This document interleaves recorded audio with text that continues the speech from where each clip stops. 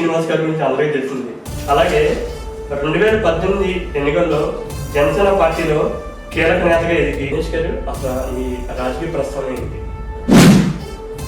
అయితే మొదటగా లోని ఈ మధ్యకాలంలో 100 మంది జనసైనికులు వచ్చారు, మీ పార్టీలో జాయిన్ అయ్యారు. 100 మంది ఏంటండి?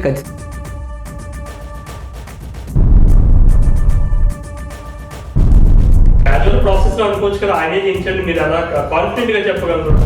క్లియర్ గా పొట్టి సత్యనారాయణ గారు తప్ప ఇంకెవరో ఉండరు అని అంత ఖచ్చితంగా అలా చెప్పారు నాకు అర్థం కాదు. ఆయన వ్యక్తిత్వం అండి. ఎందుకంటే పొట్టి సత్యం ఒక బిహేవియర్. మున్సిపల్ చైర్మన్ ఎన్నికల్లో మీరు ఒక కీలక అభ్యర్థిగా ఉన్నారని చెప్పి టాక్ ఉంది. అసలు తాడేపల్లిగూడెం మీద మీకున్న అవగాహన?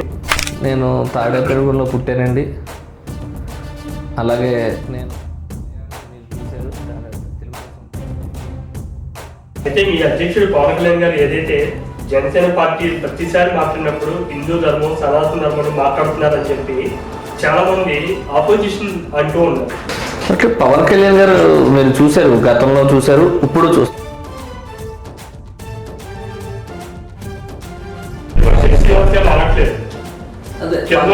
మీరు కాబట్టి మిమ్మల్ని అంటే బెదిరింపులు అంటే అన్నానండి. మేము ప్రేమగా చూస్తాం తప్ప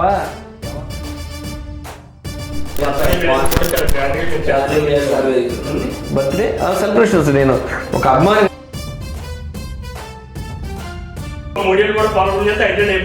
ఎమ్మెల్యే బొలిశెట్టి శ్రీనివాస్ గారు చూసుకోండి. ఏ ఎమ్మెల్యే కూడా అలా మాట్లాడరు ప్రజల సమస్య అనుకోండి. ఇప్పుడు పోరాటాలు ఏమైనాయి? అవునండి, మీ పోరాటం ఇప్పుడు కూడా పోరాటం స్థాయిలో ఇప్పుడు టీడీపీ నుంచి రిమైనింగ్ పార్టీ నుంచి ఇంతగా మీరు స్ట్రాంగ్ అవగాహన మీకు అనిపిస్తుందా? ఖచ్చితంగా ఇది మేము ఏదో రాజకీయంగా అంత డిసిప్లిన్ యాక్షన్ లేదు. అలాగే మీ జనసేన పార్టీ ఒక ఎమ్మెల్యే గురించే కాల్ రికార్డింగ్ ద్వారా కూడా జరిగింది. మరి అక్కడ డిసిప్లిన్ యాక్షన్ తీసుకున్నప్పుడు ఇక్కడ తీసుకోవడం ఎందుకు? మీకు ఎప్పుడు అనిపించలేదు అలాగా? అంటే పవన్ కళ్యాణ్ అక్కడ రాష్ట్రంలోనే మీరు మొత్తం దందాలు కూడా బాగా చేస్తారా? లేదండి, మీకు ఎవరు చెప్పారు? నాకు ఏమో దీన్నే చాలా మంది పొలిటికల్ స్టంట్ గా వాడుకుంటున్నారు దినేష్ అని చెప్పి అంటున్నారు. నేను ఎన్ని సంవత్సరాల నుంచి పొలిటికల్ గా ఏ పదవి చేయలేదు.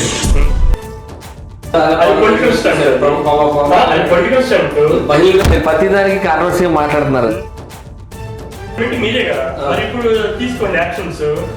ఎన్ని పోరాటాలు వేస్ట్ కదా, మీరు కానీ గవర్నమెంట్ కదా.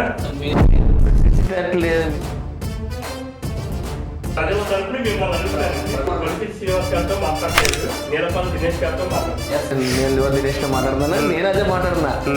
మేము చేసేది పోరాటమే. ఒక సమస్య ఏంటో చెప్పండి. నేను చెప్తున్నాను దాని అధికారం కోసం పోరాటం చేశారు. అదే అన్న, పోరాటం దేని అధికారం కోసం పోరాటం చేయాలి. అధికారం సత్యాలు మరి ఏదో వంతుని కట్టేటప్పుడు దాదాపు 20 లక్షలు స్కామ్ జరిగింది, ఆ ఇల్లు కట్టుకున్నాడు అని చెప్పి మీరు అంటుంది. అంటే ఖచ్చితంగా మీరు ఎవిడెన్స్ చూపించగలరా? ఖచ్చితంగా మా దగ్గర ఒక చిట్టా ఉందండి. ఆయన మీద చేసిన అరాచకాలు అన్ని కూడా ఒక ఈ ధైర్యం వెనకాల బొలిశెట్టి శ్రీనివాస్ గారు ఉన్నారా లేకపోతే పవన్ కళ్యాణ్ గారు ఉన్నారా? ఖచ్చితంగా పవన్ కళ్యాణ్ గారు ఒక ఎత్తు అయితే అక్కడ పవన్ కళ్యాణ్ గారు ఎలాగో ఇక్కడ మాకు నాకు వ్యక్తిగతంగా ఏం లేదు, రాజకీయంగా. ఎందుకంటే ఆయన మనం మీకున్న అవగాహన అంటే గతానికి ఇప్పటికి అసలు మీరు ఏ సమస్యను తాడేపల్లిగూడెంలో బాగా చేశారు? అయితే గత ప్రభుత్వంలో వైసీపీ ప్రభుత్వంలో చాలా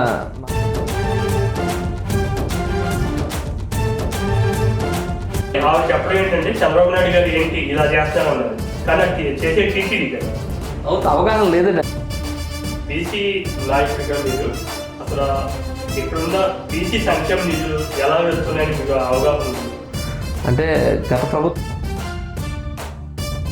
అలాగే శ్రీనివాస్ గారు అబ్బాయి రాజేష్ గారితో కూడా మీకు మంచి సాధించి ఉందని చెప్పి అన్నారు. ఏంటంటే ఆ ర్యాప్ ఏంటి మీకు ఆయనకి మధ్య? అయితే నాకు బొలిశెట్టి